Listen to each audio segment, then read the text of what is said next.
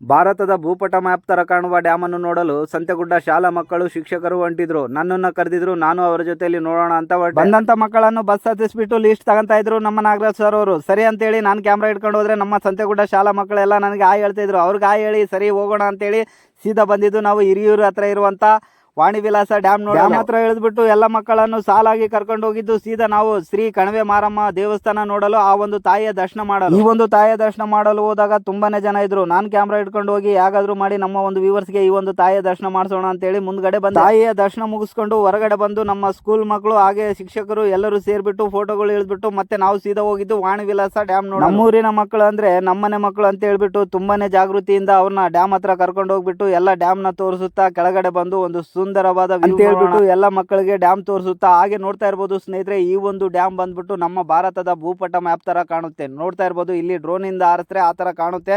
But ನಮ್ಮ ಹತ್ರ drone ಇಲ್ಲ, ಇದೇ ತರ ವಿಡಿಯೋ ಮಾಡಿ ತೋರಿಸ್ತಾ ಇದ್ದೀನಿ.